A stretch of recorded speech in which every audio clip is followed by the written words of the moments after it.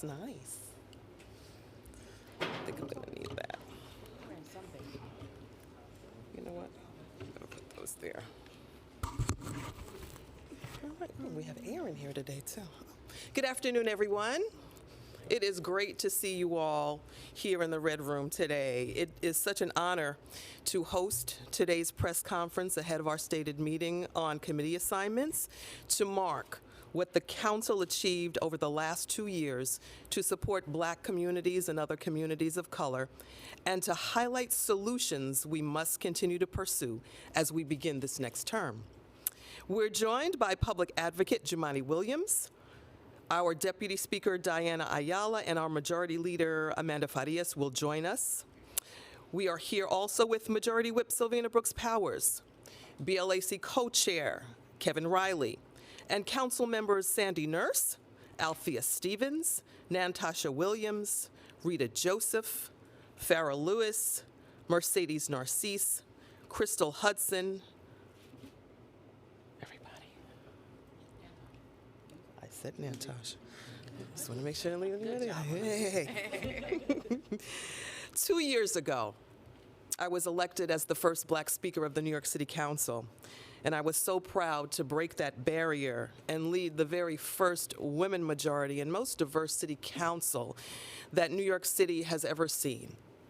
For New Yorkers, it meant that for the very first time, our city's lawmaking body truly reflected the rich diversity of our city, which has empowered us to govern differently than our predecessors. We turned our attention towards women and families, prioritizing the people who make up the backbone of our city and sit at the intersection of multiple marginalized communities. By centering Black communities and communities of color, we can confront the long-standing inequities facing all New Yorkers. I want to specifically thank some of our leaders who played such a critical role. Councilmember Crystal Hudson, who demonstrated leadership by introducing a Black agenda. Councilmember Kevin Riley as BLAC co-chair. Councilmember Althea Stevens for her leadership on a Black agenda. And the many other members, and of course, our public advocate. Together, we work to fight the housing crisis and confront issues of public health, public safety, and economic and educational opportunities for all, because this is what helps our communities succeed. Black communities and other communities of color are the most harmed by violence, but are too often are the least helped by victim services. And that recognition by our council led us to help establish trauma recovery centers and support increased victim services at the local level. We also passed a set of police transparency bills because accountability is pivotal to establishing the trust that is necessary to make our communities safer. And just as all struggles for progress come with opposition, we continue to contend with resistance to change.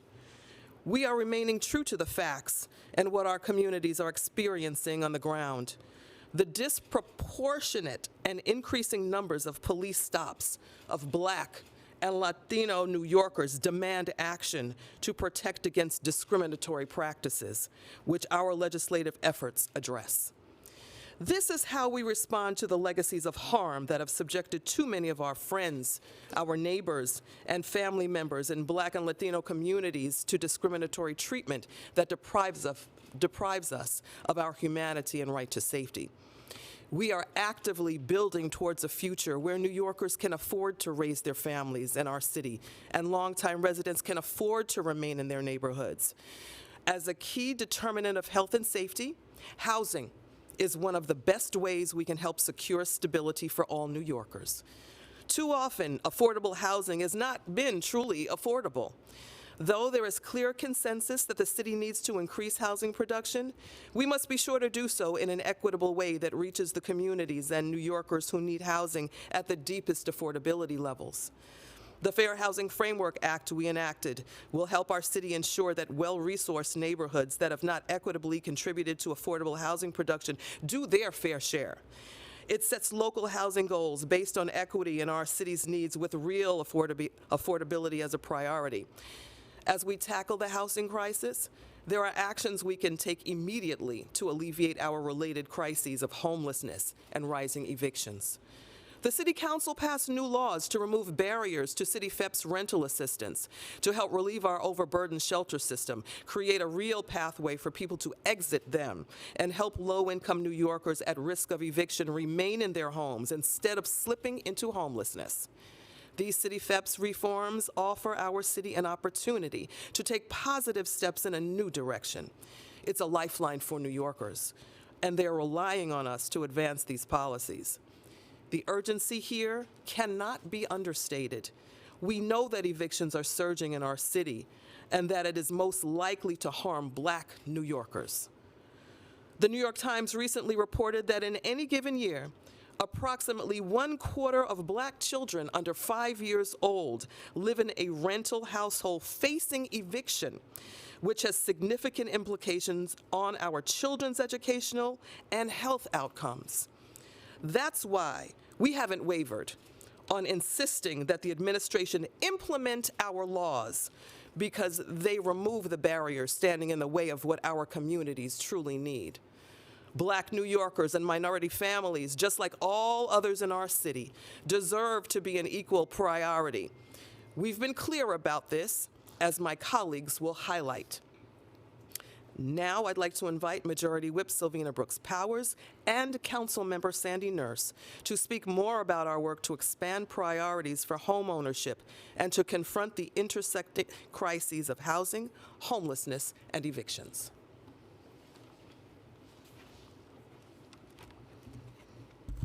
Thank you, Madam Speaker. I'm proud to stand alongside the Speaker and the leadership of the Black subcomponent of BLAC and my colleagues here today to talk about how this council has supported Black communities. And I want to touch specifically on an issue that is so important to Black New Yorkers in my district, homeownership. New York City's homeownership rate is about half the nationwide number. It is even less for New Yorkers of color. Our homeownership rate for Black residents is 27%, and for Hispanic and Latino residents, it is roughly 17%, well below half of the 42% rate for white New Yorkers. Homeownership empowers residents, especially those in communities of color or low-income neighborhoods, to build generational wealth.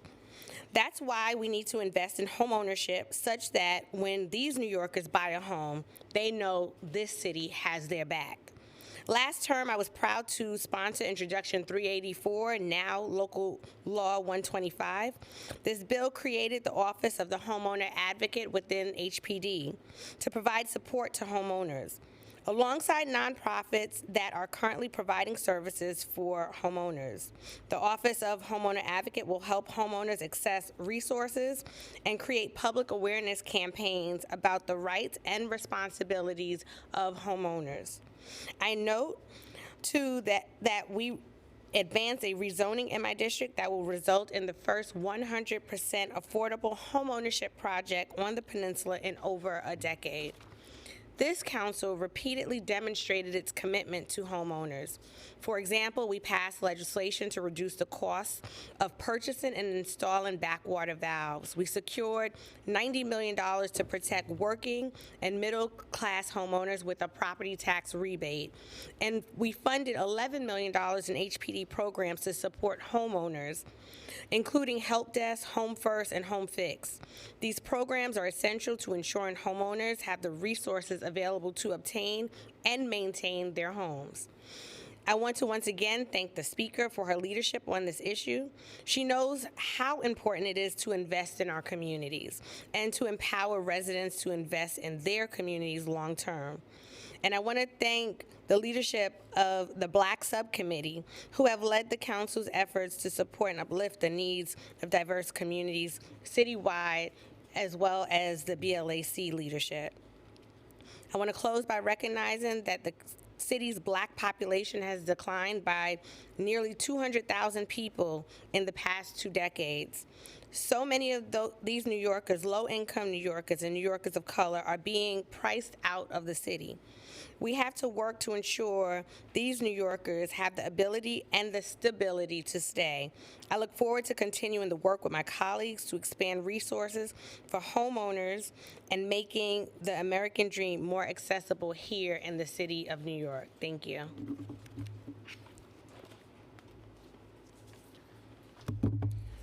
Good afternoon, everyone.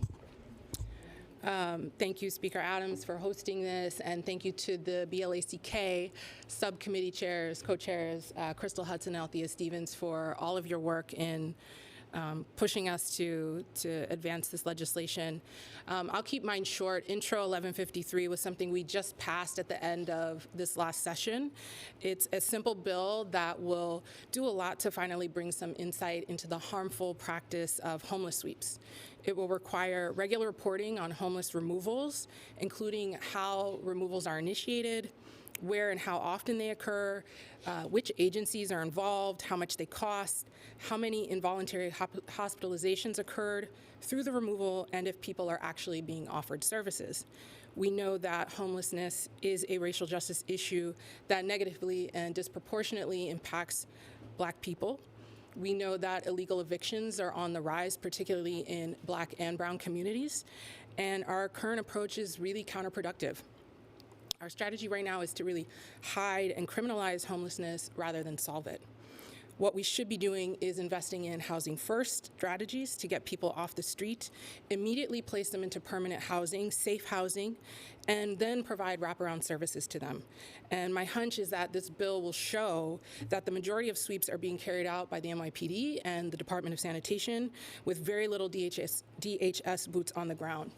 I believe this will show we are spending way too much on hiding homelessness instead of enacting smart policies like the Council City FEP's voucher package, like Housing First, like getting NYCHA vacancies down, and many other strategies that have been listed by the Council in the past. So thank you again, Speaker Adams, for bringing us together.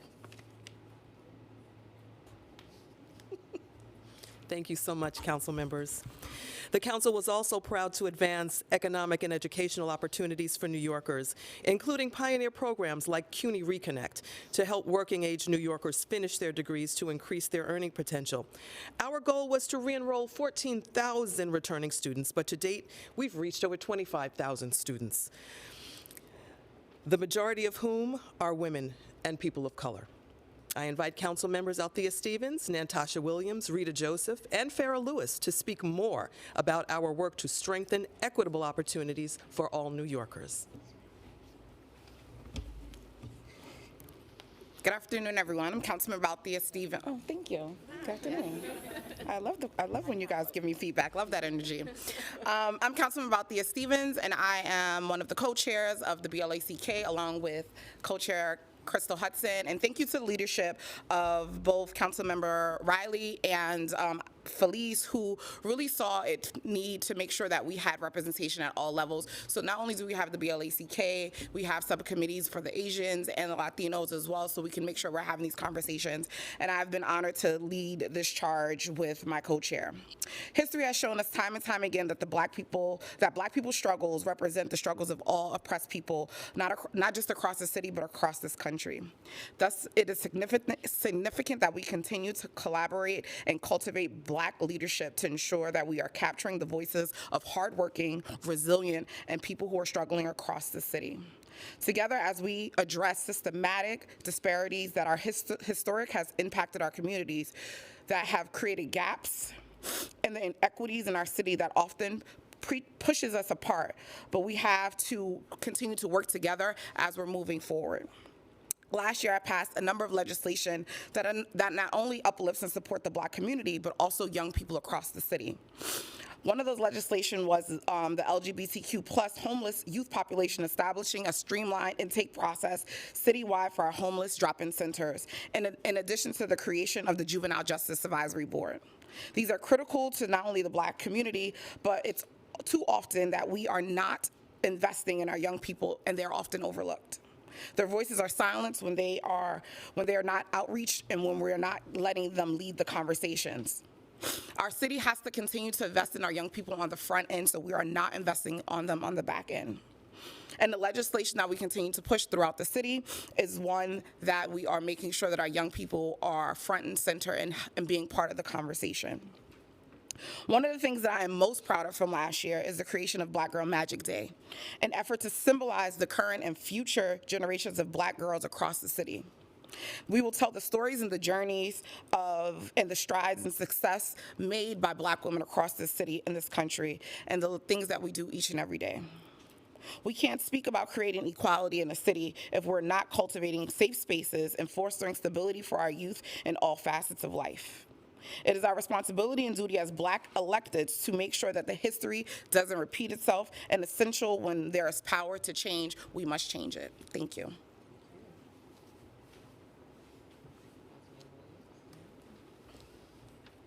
Good afternoon.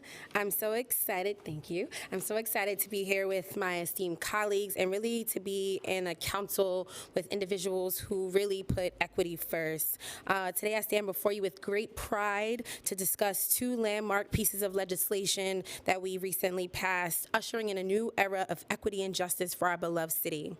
These bills are rooted in the principles of anti-racism and are a testament to our commitment to fostering an inclusive and fair environment for all. First, the local law to amend the New York City Charter is a groundbreaking step towards eradicating racial discrimination within our city agencies. Our nearly 400,000 public servants, the backbone of our city government, play crucial roles in shaping the future of New York. With tailored anti-racism and anti-discrimination trainings for employees, interns, and volunteers, we will ensure that every individual, regardless of their role, receives the education necessary to create a workplace free from prejudice. Recent data from the Equal Employment Opportunities Commission highlights the pressing need for such measures, with race being one of the top 5 complaints nationally alongside retaliation and disability. By addressing this issue head-on, we are not only complying with legal standards, but we actively work towards a more just and equitable city. This bill is not just a legal requirement, it is a moral imperative that underscores our commitment to a diverse and inclusive New York. The second piece of legislation is a local law that would amend the administrative code of the City of New York in response to the deeply concerning reports of hostile work environments within the fire department. The stories of discrimination faced by women, ethnic minorities, and members of the LGBTQIA+ communities are disheartening and still continue.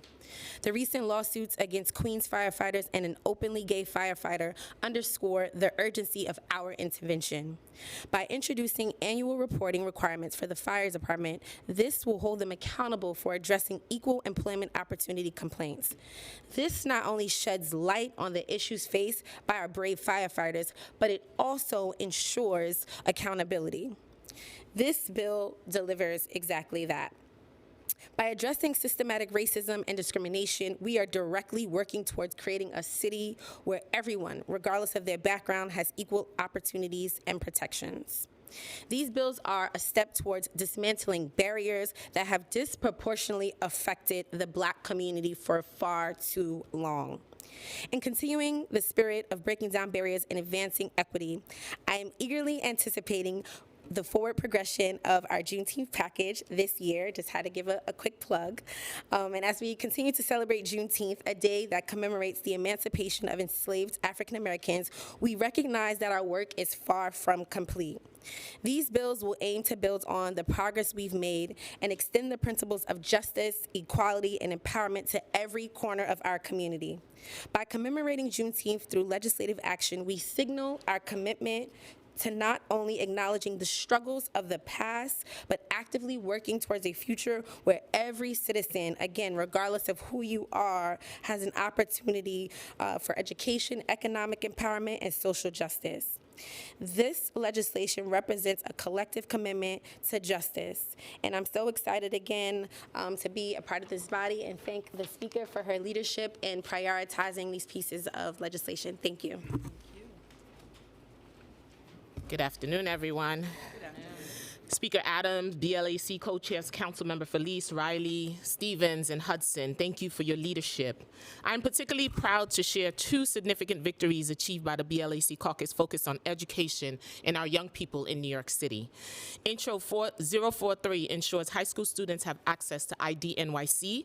This is a crucial step towards empowering our youth by providing them with vital resources that open doors to various opportunities, such as our incredible cultural institutions. When our students have access to ID NYC, it not only fosters a sense of belonging, but facilitates engagement in our diverse city. By doing this, we're setting our students on a path towards active participation in the community. Additionally, I'm incredibly proud of Intro 0857, bill aimed at expanding data captured by New York City Public Schools to report on students, the metric of students in foster care and those in temporary housing. By incorporating these metrics, we're taking a pivotal step towards progress in addressing a unique challenge faced by these students, ensuring that our educational policies are tailored to meet their specific needs. This commitment is a reflection of our dedication to fostering an equitable education system that leaves no student behind. These legislative victories exemplify the Black Caucus' unwavering commitment to creating positive change in our city. Together, we're shaping policies that prioritize the diverse needs of our students and empower them to reach their full potential. I'm grateful for this collaborative effort that leads the passage of my bills, and I look forward to continuing our work and more inclusive and supportive education system for all of our New York City students, especially our students of color who are usually in foster care and have no one to speak up for them. As a foster mom who adopted her 2 boys, this job is personal, so thank you.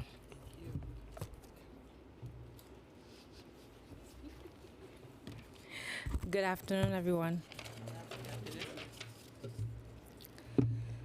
I'm truly honored to stand alongside my BLAC co-chairs, Felice and Riley, as well as our subcommittee co-chairs for BLACK, Hudson and Stevens. Thank you so much for your leadership, as well as Speaker Adrian Adams, on the impact of legislation to remove the economic disparities and close the pay gap and pay equity issues in the municipal workforce.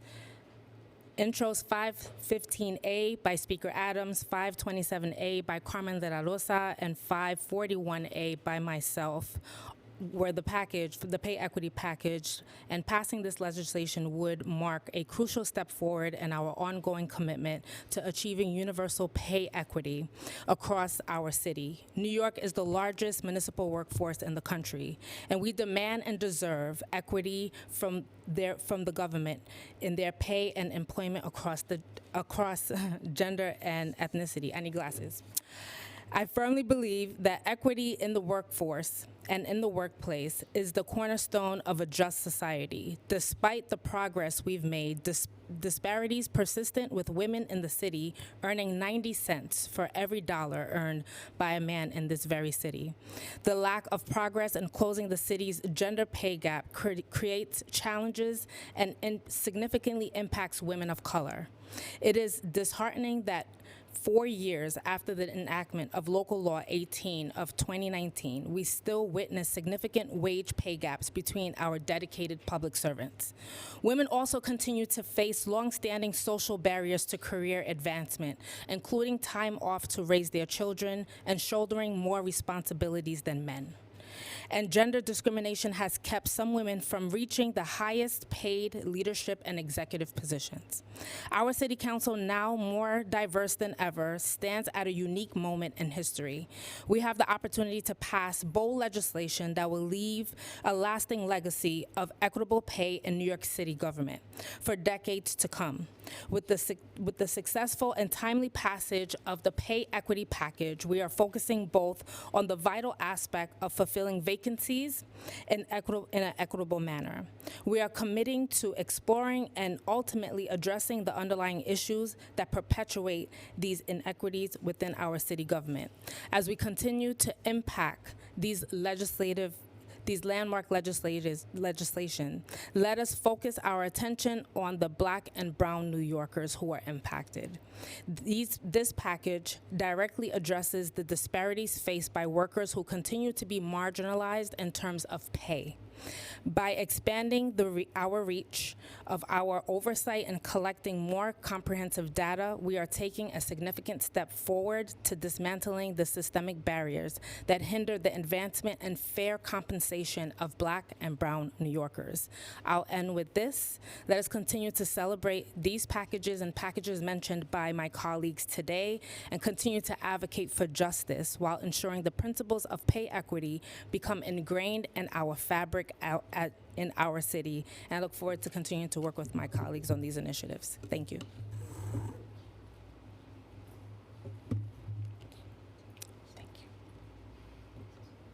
This council has also taken action to improve health outcomes for underserved communities, passing a historic package of laws to confront maternal health and mortality and address the severe disparities that disproportionately harm Black women and birthing people.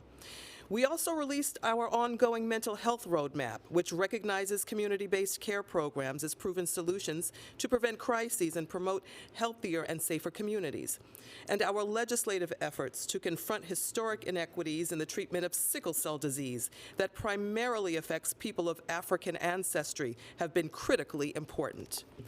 I invite BLAC co-chair Kevin Riley, then Councilmember Mercedes Narcisse, to speak more about our advancements in public health. Thank you, Madam Speaker. Good afternoon, everyone. Thank you so much.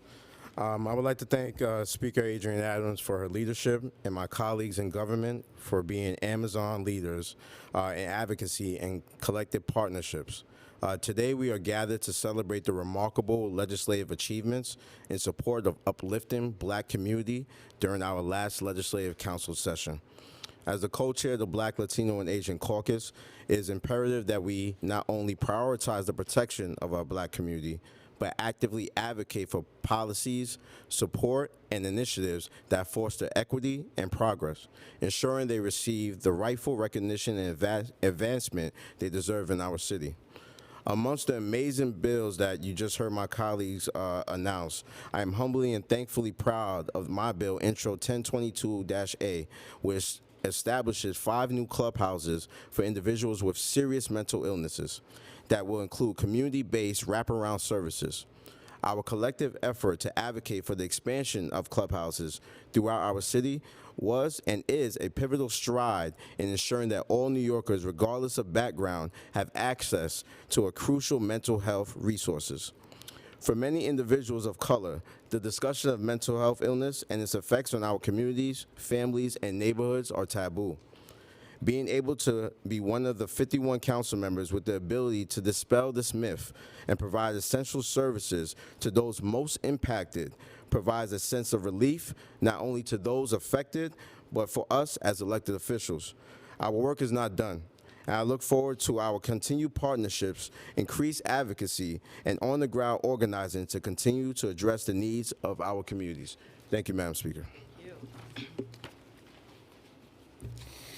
Good afternoon, everyone. Today, I can say I am proud. I'm Black, and I'm very, very proud to work, to have all my esteemed colleagues that make it in the city of New York, that make it possible and tell all Black folks in the city of New York that you're relevant. I see you, and I understand what you're going through.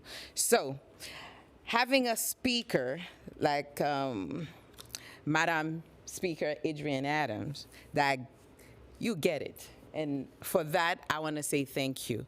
In million years for my services as a nurse, I never thought that I would be here to address diseases, not one, many things that we're going through, to create that opportunity, to create the space.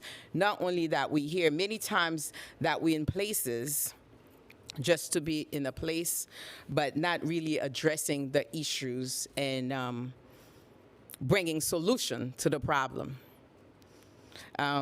We hear it loud and clear. As we move into 2024, I am confident that our council will build upon the many victories won in 2023 with all the help with under the leadership of Madam Speaker. I thank you for your leadership on healthcare issues that matter to so many New Yorkers. It is an honor to stand here and recognize some of our significant legislative accomplishments of the past session, particularly in the areas crucial to so many New Yorkers: housing, public health, equitable opportunity, because we may be here, but we don't have the opportunity. As a registered nurse, I have witnessed firsthand the challenges and the disparities that exist in our city's public health system. My healthcare experience fueled my desire to enact meaningful change through legislation, especially for those conditions that disproportionately affect members of traditionally underserved communities, such as sickle cell disease. We passed my bill, Intro 968, into law to confront the historic racial disparities in treatment of sickle cell disease that primarily affects people of African descent, which I call it a black disease.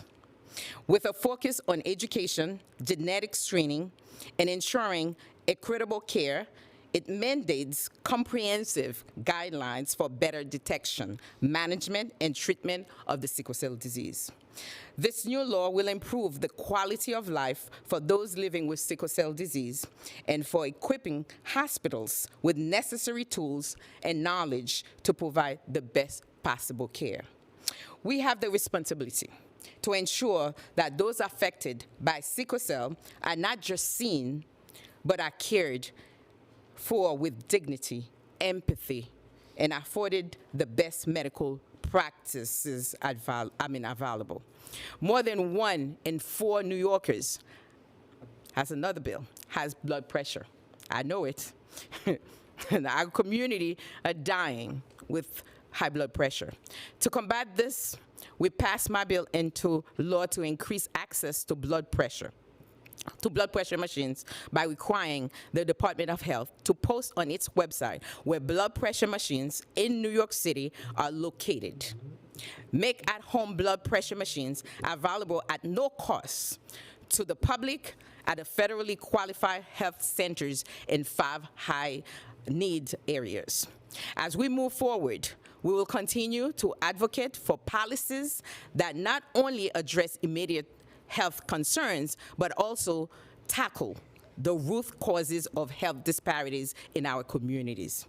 We are making a fundamental and profound difference in the lives of so many New Yorkers because of you, Madam Speaker. We have acknowledged that health is indeed wealth. We say it all the time, but we never mean it. And as such, it must be prioritized and viewed as a right, not a privilege, where every individual, regardless of your race or economic status, you can lead to a healthy and fulfilling life. It is possible. And I am grateful to Madam Speaker and all my colleagues for your unwavering support and dedication to these causes. I know when you're not sick, you're not thinking about sickness. But as a nurse being in this space, it's my responsibility. Like I asked you, when was the last time you have a colonoscopy? When was the last time you went to the doctor? I know it's a very uncomfortable conversation, but this is my responsibility, being in this space, to push for policies to change people's lives. And I am committed to continue this important work and to serve you and to serve a voice in this space. And our community deserve better equity in all aspects, including healthcare. So thank you so much. Thank you. I hope you all are noticing something that is really, really special and distinct about this body, and particularly the individuals that have presented to you so far. This council doesn't come up with catchy slogans. This council actually takes every piece of legislation personally, particularly as a council that is majority women. We're just different like that. Our legislation is different. We take things personally. We have personal experiences that we bring like no one else has brought before to this whole city. I'm so proud of my colleagues. You just don't know. I don't get their presentations before they make them before you. You all are so impressive. Mercedes, I will thank you for your blood pressure legislation. As one who has been on blood pressure meds for over a decade, I thank you for making this personal to me. We have pursued an all-of-the-above approach to public safety that recognizes communities are safer when we holistically invest in a broader set of solutions. I invite Councilmember Crystal Hudson and then our public advocate, Jumaane Williams, to speak more about our holistic approach to public safety and what we have secured for New Yorkers. Thank you so much, Madam Speaker. I created a Black agenda for New York City when I was first running for City Council back in 2021. And it was created in the midst of a global pandemic that saw Black Americans dying at twice the rate of other Americans.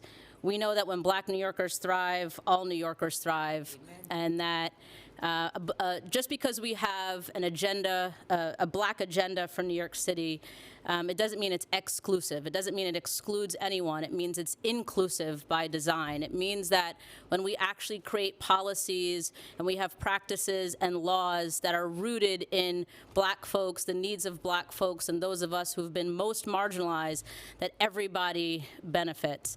And I want to also just be clear about one thing. You can't legally legislate just for Black people. So that is not what any of these bills do. What they do is that they create bills and legislation that is rooted in the needs of Black people. And so when we do that, everybody benefits. Just one really quick example, the very first piece of legislation that I passed last year, or last session, I should say, in 2022, was addressing the Black maternal mortality crisis. But it benefits all women and birthing people, giving everybody access to information about doulas. Everybody benefits from that, not just Black women. The How Many Stops Act is comprised of two bills, Intro 586, which is sponsored by our public advocate and Councilmember Alexa Viles, and Intro 536, which I'm the prime sponsor of, that will require a comprehensive accounting of all NYPD street stops, investigative encounters, and consent searches, including for the purposes of DNA collection. In effect, the How Many Stops Act seeks to give policymakers and the general public a more complete picture of police officers' interactions with the public, helping identify and curb patterns of stop and frisk policing.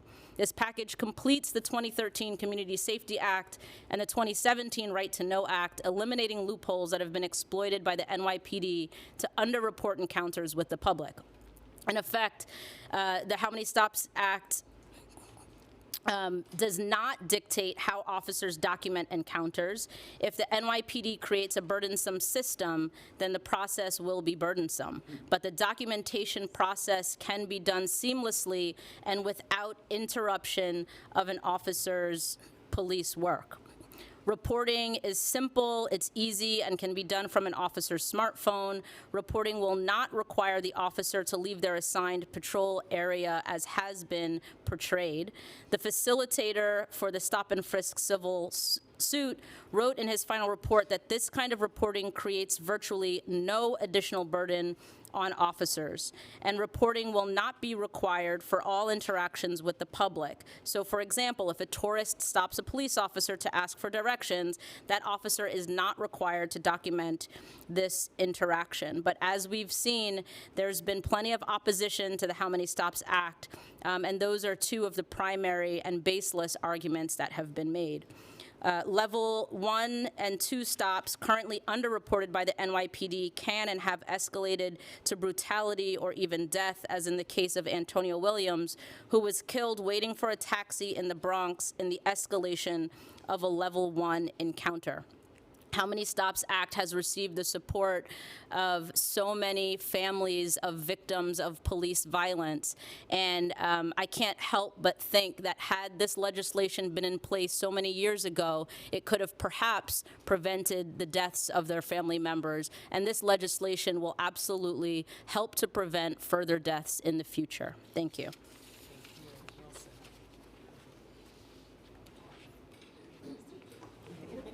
Jumaane with the props. Thank you.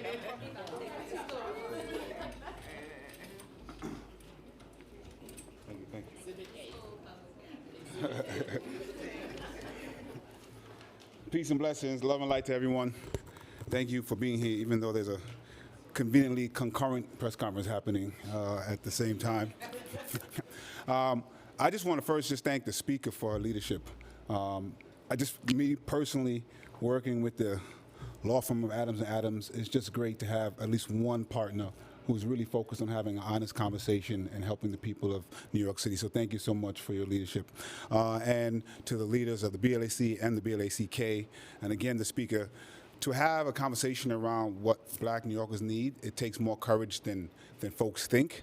To use the term black when you mean black takes more courage than people might think. So I want to thank you for that. And thank you for clarifying that this is not exclusive, that it is inclusive, and helping a community that has been needing this kind of help for so long helps everybody. It's necessary. Had we been doing it before, we might not be where we are today. Thank you for giving me an opportunity to speak. Most of the work that I've done has been around public safety that obviously impacts Black New Yorkers and impacts Black and brown New Yorkers and impacts many of the people that we know personally. I'm proud of the most work we did around particularly gun violence, but also proud of the work we did around bills to change how we do policing. Our communities are very much, and I always say this, sandwiched between very real street violence that we can't ignore and very real, often over-policing, over-incarceration that's meant to solve that problem. But right now, we're trying to arrest the children of the people we arrested 20 years ago, 10 years ago, so that if it would have worked, it would have worked already. And so as the speaker said, we need a holistic approach. And part of that approach is actually making sure we have a fairer, more equitable, more transparent and accountable law enforcement system and jail system. Unfortunately, it seems the mayor's thinking about vetoing some bills, one of which he himself actually supported. And there's a lot of misinformation. The first is around 549A, commonly known as the solitary bill. So I do want to clarify some things that I heard from the DOC, and actually the monitor, who, by the way, we just got the letter, and we had been asking for communications with the DOC for months, and unfortunately, we weren't able to get that, and perhaps the conversation would be more productive if we can have conversations prior to what we have to do. And so one, I think when people and when the administration is talking about solitary and people talking and pushing back, they're trying to have people envision Shawshank Redemption and the visions they see there when it comes to solitary, because what we often want to do in situations like this is get people's emotions to override their intelligence. And so we want to make sure that we're having a conversation that is both emotional, but also make sure that we don't override our intelligence. So, no, the solitary we're speaking about doesn't happen the way it happens in Shawshank Redemption. It is still happening. Some of it systemically, some of it not. Some of it is we hear stories of people being held in a space for more than 24 hours multiple times. That's the parts that are off the books that they don't want you to know. And so that does still happen. But it also happens systemically on the books. And so what we hear is, and what they report is that they have emergency lock-ins that are supposed to be for safety that go on for a long time and days at a time and are 24 hours. So that actually is, by definition, solitary. This bill is one of the reasons we tried to address the emergency lock-ins so we can try to take away some of that, or at least put some guardrails on when they have to use it. The other part that we really want to focus on was isolation. Because isolation is the thing that we know harms the mind, and data shows does not help the person become better or adjust their behavior. In fact, it does the opposite. It causes more violence. And so that might be the reason we haven't been able to get a handle on the violence in Rikers Island. So what this bill does is define solitary, define isolation. It absolutely allows for separation because we do need to separate people who might be a harm to themselves or other folks. It allows for a de-escalation period, and it allows for people to be put into restrictive housing. It allows privileges to be taken away as a way to try to adjust behavior. The one thing that it says is we should not be using isolation to try to change that behavior because it is harmful. And so what the administration does is kind of lump all that together to try to confuse folks. And my hope is that perhaps the mayor and others would actually read the bill. I'm not sure if they've read it because sometimes the bills they're discussing is much different than the bill we've actually passed.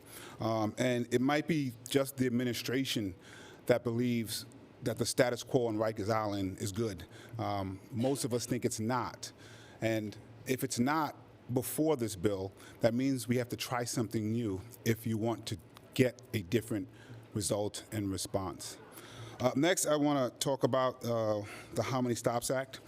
This one really saddens me because I have to say, this administration presented itself as being different. I'm going to speak for myself.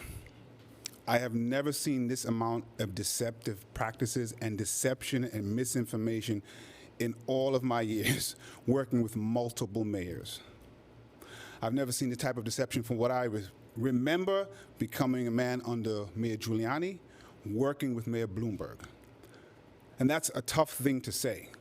But for this administration to be on the line of Giuliani, Bloomberg, Adams, and how we talk about public safety, it's painful to have to see. Literally things that are simply not what the bill says, over and over and over again. We have been for a decade talking about these kind of issues. And until recently, the mayor himself supported reporting on level 1 and level 2. I, again, have to urge the mayor and others and the public to actually read the bill, which might correct some of the misconceptions. But now I have to think that they are purposeful misconceptions, and they are intentionally changing what the bill actually is supposed to do. Transparency should be shouldn't be a point of conflict or confrontation. It should be a shared goal and a basis for conversation. We passed those bills dealing with the abuses of stop, question, and frisk many, many years ago. And we have to remember what we're doing and why we're doing it. Over a decade ago, they stopped more young black men than actually lived in the city of New York. One of the reasons that we knew there were abuses of stop, question, and frisk is because we had data that we didn't have before that told us. Right now, a quarter of all NYPD stops in a recent Monitors report were unconstitutional. They were unconstitutional stops, according to the Monitors report that was put in place to correct what was going on with the abuses of stop, question, and frisk. 97% of those were of black and brown New Yorkers. A mayor who will be charged with implementing this bill is actively undermining it and misinforming people, including new recruits. This is a dangerous precedent being set. So first, I'm asking the mayor to just cease that, if possible. If officers engage with the public less, stay in their cars on their phones, then it will be because Mayor Adams has told them to, not because our bill requires it. Our bill is, for all intents and purposes, simply a reporting bill to log and report basic information on level 1 and 2s. This reporting can be accomplished through a brief smartphone survey, does not apply to conversations and the community. And I would like to read directly from the bill. And I'm asking reporters in the media to do the research yourself, please, because they are not stopping with the misinformation. They're not stopping pushing the fear-mongering and using people's fears against them. So I'm asking the media to don't even take my word for it. Do your own research. In the legislation, it is defined investigative encounter. The term investigative encounter means an interaction between a member of the public, a member of the department and a member of the public for law enforcement or investigative purpose. The term does not include a casual conversation or interaction between a member of the department and a member of the public. Did everyone hear that? Just want to make sure that it was clear. In the bill, the term does not include a casual conversation or interaction between a member of the department and a member of the public.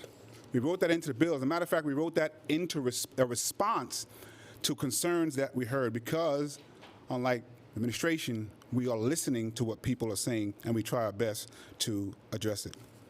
This information is critical to prevent the practices the information we want to get on the bill is critical to prevent the practices and abuses of stop, question, and frisk. And it's critical so that we're all looking at the same data, because right now some of it is anecdotal. But if we, the council, the public advocate, the advocates, and the admin are looking at the same data, then we can all have the same conversation. Instead of misinformation about the bill, just continue to remember why it is necessary. Effectively producing safety based on results, not hysteria, means getting critical information about whether and how policing reforms are being implemented on the ground. This is not preventing police work. This actually is police work. New Yorkers have a right to know this information. Elected officials have an obligation to create policies based on it to ensure community safety and prevent injustices. Through simply reporting on NYPD stops, we can prevent the kind of bias-based policing we've seen in the past, build trust in often over-policed areas, and continue the work that began a decade ago amid the height of stop, question, and frisk. And now the mayor just said that they wouldn't be able to stop a serial stabber because of the 20-second reform. What I'm hearing is beyond the pale of anything logical. It is asinine and insane. It's beyond the pale of anything that I've heard with previous mayors. They would not have been able to catch a serial stabber. By the way, the mayor does not have the sole thoughts on how to keep this city safe, and he's not the sole person infected. All of us are affected. As a matter of fact, one of those people stabbed right near a family member of mine who was very scared, and the arrest happened a few blocks away from them. The mayor is not the only person who cares about New Yorkers and them being safe. All of us actually were elected on the message of public safety. The truth is, and this is important too, however they define level 1, because another thing that he says is that there's a court order that says level 1s must include casual conversations and general conversations. I want to pause there. Right here is the patrol guide. I want you to take a look at the patrol guide. Because the patrol guide right now tells officers how to tag their level 1 and level 2 encounters. It's right here. Selective encounter from the categories is a drop-down list, which is something we recommend for our bill. Select level of encounter from the drop-down list, add metadata, level 1 encounter. This is what it happens if it escalates to a level 2 encounter. So right now, before our bill, there was a process that they're supposed to be doing to tag level 1, level 2 encounters in their body-worn cameras at the end of the tour. What we recommend is that you can do it right after the encounter, or you can do it at the end of the tour when you already have to do it. And what was remarkable to me in one of those videos, which was actually pretty good, it was pretty good videos, it was entertaining. But in one of those videos, they have an officer at a table frustrated at the computer because they said this, which was shocking to me. It undermines the whole thing. She has to tag her body-worn cameras. So if you can see that there's a different definition of level 1s, if you can see that, whatever they think it is, they have to tag it already on their body-worn cameras. So the question is the mayor saying, we don't have to follow our patrol guide? We don't want our police officers doing the police work that the patrol guide says? Because that's a different argument than what the mayor is saying right now. We should all be working together for better policing and safer streets, and we can only do that if we have transparency about how police and civilians interact on our streets. Deliberate efforts to mislead the public about this bill have created an environment of misunderstanding, misinformation, exactly the kind of confusion and conflict that hard data can combat. By the way, the monitor has said there is an undercounting of these type of stops, a miscounting of these type of stops, and sometimes people aren't doing it at all. Here's the rub. That's what our bill is trying to correct.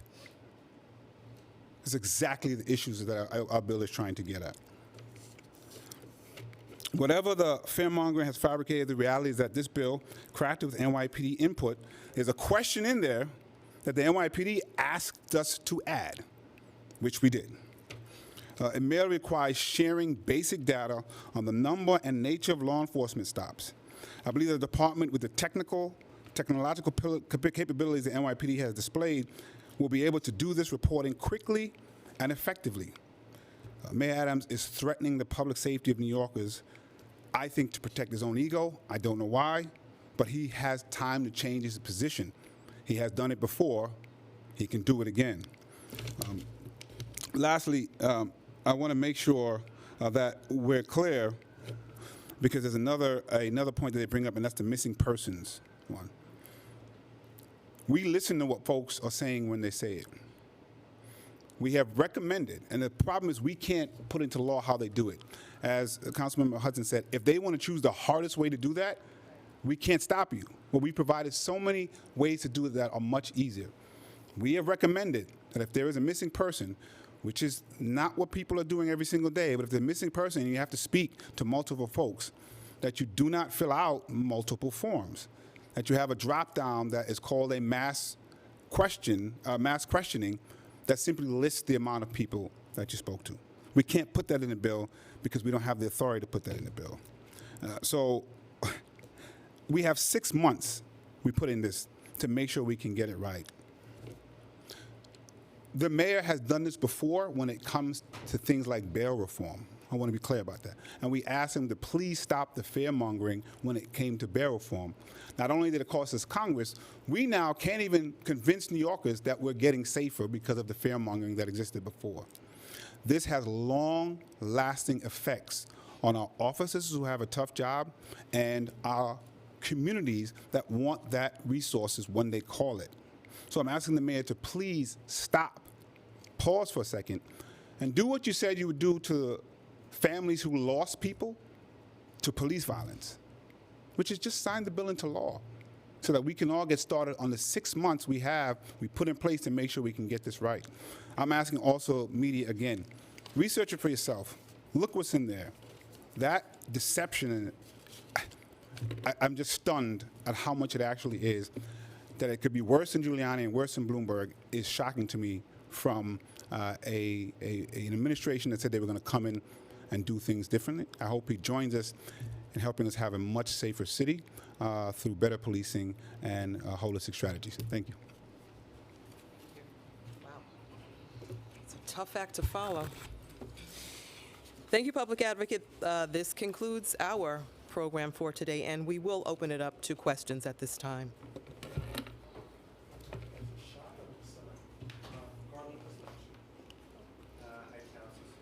Hi. I got two questions. One is, have you had any communications in the past couple of days with the administration about the potential vetoes on these bills that we just heard about? And if so, what's been discussed? Kind of where are things with that? And the second question I have is on the committee assignments. You know, some have put out the idea that these reassignments are revenge for the way people voted on the budget. How would you respond to that? To address the first question with regard to the veto or vetoes, I've heard as much as you have, and they're basically rumors and speculation that this will happen. So we are in a wait-and-see mode until the deadline of tomorrow comes. So that's where we are. You haven't heard anything from them in the past day or so on status? No, I have not. With regard to committee changes, I get it. I get the impulse to speculate and try to figure it out and attribute a singular reason behind committee decisions, but it's always a lot more complex than that, realistically. Some people are going to be unhappy about the decisions. There were members that didn't have a committee chair. They wanted to have one last session. They didn't have one, and all of that was involved. But we really do have to be clear that there shouldn't be an expectation that committee assignments remain static across different legislative sessions. I can personally attest to the fact that in my space as a council member across sessions, my committees were changed my chairmanships were changed. Nobody owns a committee. So I think that, it's good to change things. It's good to reorganize. It's good to get new energy behind different desks. So that's pretty much where we are. I mean, I understand, the need to want to create something that's not there, but there's no there there. Can you go down the list and explain every change? No. That was a good try, though. Thank you. Speaker, I guess going off of that, just curious about what the thinking was broadly looking at the changes. I guess you're saying like there are specific cases, but did you have like a particular way that you wanted to shake things up this session? Oh, that's a good question. I like the way you put that, shake things up. I'm not going to say shake things up. I'm going to say change, again, for different energy, different creativity. There should never be a place where we are, including the city council, where our energy gets stagnant in certain places, particularly in the way that we want to move in this body. There were some folks that are right there and still continuing that work. That's great. But there are other spaces where we're going to be pushing and propelling other things. Some places where we're going to be going in different directions where there is a need for new energy. Thanks, Ethan. If it does come to a veto on common stops and solitary gun, do you have votes to override? And have you been having conversations about that, or are you just like pretty count? And then, I guess on that note, new session, is this a new Adrian Adams? What do you mean by that? New committee assignments, here you are with this big, force of show of force against the mayor. Is this going to be, your final term as speaker? Are you pushing back harder? That is really, really good, what you just asked me.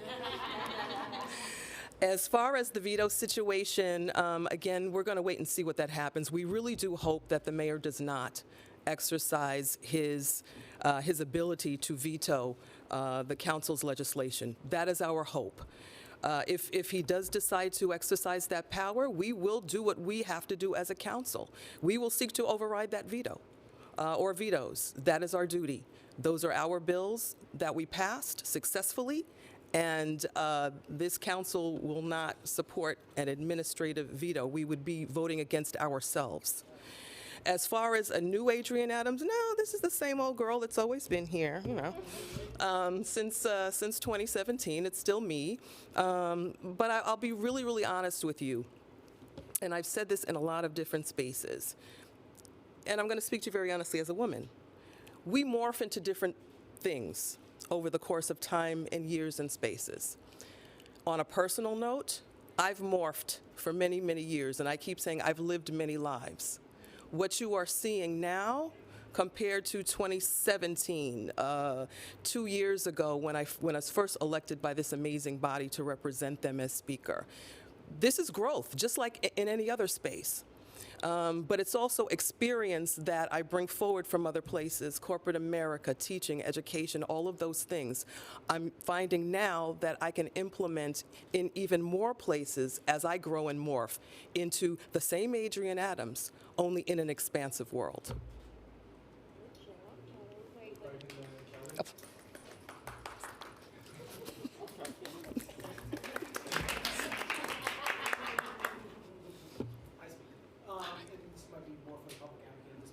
So on the how many stops, if it's already being recorded on the body camera, you're doing the drop down, you're doing all that, why can't we just then export that data? And then, because I just read through it in the handbook, the patrol guide, and it seems to capture all the same kind of things that you guys are ticking off, the demographic information and stuff like that. So why can't we just export that? And if not, isn't it just redundant at that point? Because then if an officer, so I've talked to beat officers about this point, if they have to go through and do this, they put it down in the memo book, then they go do all the stuff on their body camera, then input it there, then input it on another app or another, whatever, program, whatever. So wouldn't that just be redundant at that point? So, one, no. We want to get specific information, some of which they're supposed to recording beginning, and they're not. So that's one of the problems. So this is hopefully helping to push them do what the patrol guide actually says, and they're not. Two, there is additional information that we're trying to get, and we're also trying to section it off. So what we're trying to do is an easier way than if we just left it to try to get it from the body cam, because you actually then have to go back and do additional work. So the way we're presenting it is actually easier to get the information than the way you're talking about. And I'll be honest with you. The conversation I had with administration and PD was like, tell us the easiest way to do this. But every conversation was that they wouldn't do level 1 stops. And so if you have someone that's not doing level 1 stops, we have to move forward. And so some of the drop downs that we're recommending will just add an extra tab, so when you try to aggregate the data or break the data up, we can grab that tab and get that information much easier than going back through all of the body cam footage again to get that data. But they have to already document. Not all of the questions that they have to document. Couldn't this just be added to them? Yes. Yes, that's exactly correct. Right now, it's very, how it's being implemented, guys and guys are talking about, they're being told the process is redundant to do the two things. But so we have said, just add it to what you're doing. We've also said you can do it if it's easier right after the encounter. So you may just want to, while you're walking away, pop, do this, or do it at the end when you have to do it anyway. So you, post, right, shockingly, have said exactly what we've been saying and how simple it actually is to just add it to the thing that you're doing anyway. So in that video, like, how in any thought, imagination of what we're saying would add 3 to 5 minutes to what they're doing? It literally cannot by any stretch of the imagination. What other, I know, we'll just go further questions. Kelly, Speaker. Hi, Kelly. Could you describe your relationship with the mayor right now? It seems very combative and. Oh, no, it doesn't, Kelly. Do you have any level of communication with him? Is it any form of, is it more than just transactional? Does he Yeah. seem open to whatever type of communication you have? We have very good communication, actually. We speak on the phone. He texted me yesterday morning. So we maintain our lines of communication throughout the week, actually. But there comes a time for implementation, and I think that we both realize the work that we have to do. He's on one side of City Hall. I'm on another side of City Hall. He's the face of the entire city. I am the speaker for 50 members that I'm responsible for and their districts. So our work is different, and we understand that. But we are dialoguing about our work, the differences in our work, the understanding, of each other's positions and work and all of that good stuff. So yes, we do communicate throughout the week, but we are very, very different in the way that we think, the way that we govern, and the way that we move. So, yeah. Would you describe your relationship right now frosty? I mean, how would you No, say it right now? no, not at all. Warm, is it?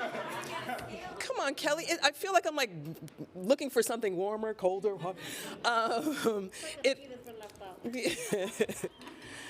It's not frosty at all, actually. It is a very cordial relationship. You got to remember, we've known each other for a very long time. And never in a situation like this, however.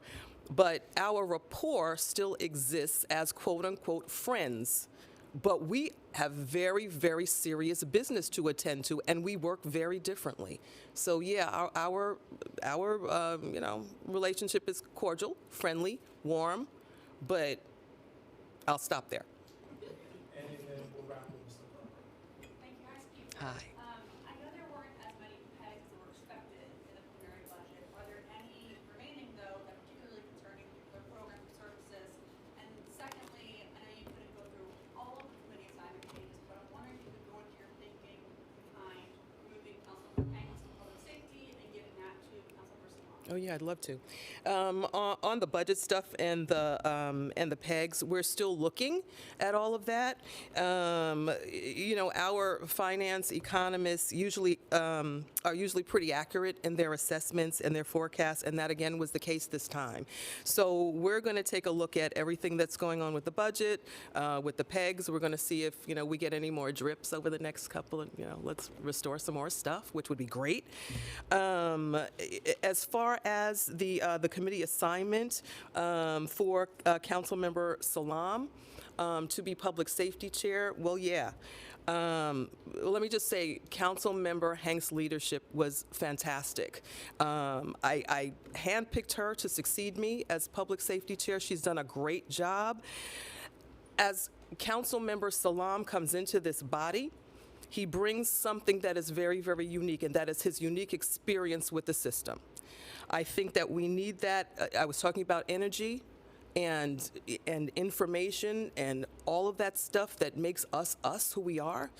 This particular individual will be able to oversee a committee that he has literally been a part of the system behind the scenes.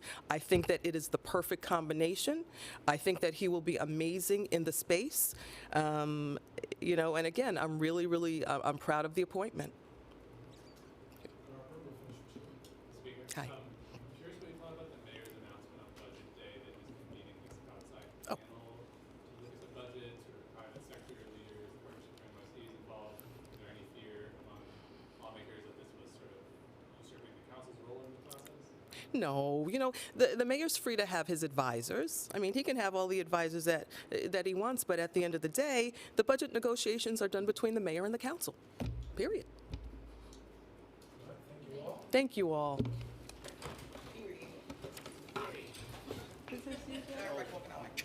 Is that you? Okay. Thank you.